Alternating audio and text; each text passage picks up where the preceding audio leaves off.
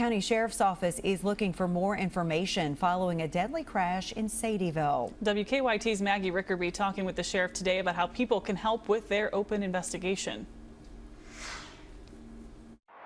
When the 911 call came in, a crash on Pokeberry Road was reported as a possible abandoned vehicle.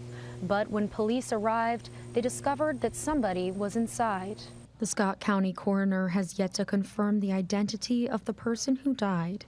Police say a Honda Accord was traveling on Pokeberry Road when it was crashed into a tree. The vehicle caught fire, as it appears, from the collision, and the factors behind the collision are still under investigation. Police say they think the crash happened around 3 a.m. on Sunday, but it wasn't called in until around 10:30 a.m. The fire was extinguished by the time police arrived, but char marks remain at the scene. Police are still looking for answers. We're looking for anybody in the area of Sadieville, Pokeberry Road, that maybe saw a vehicle that night.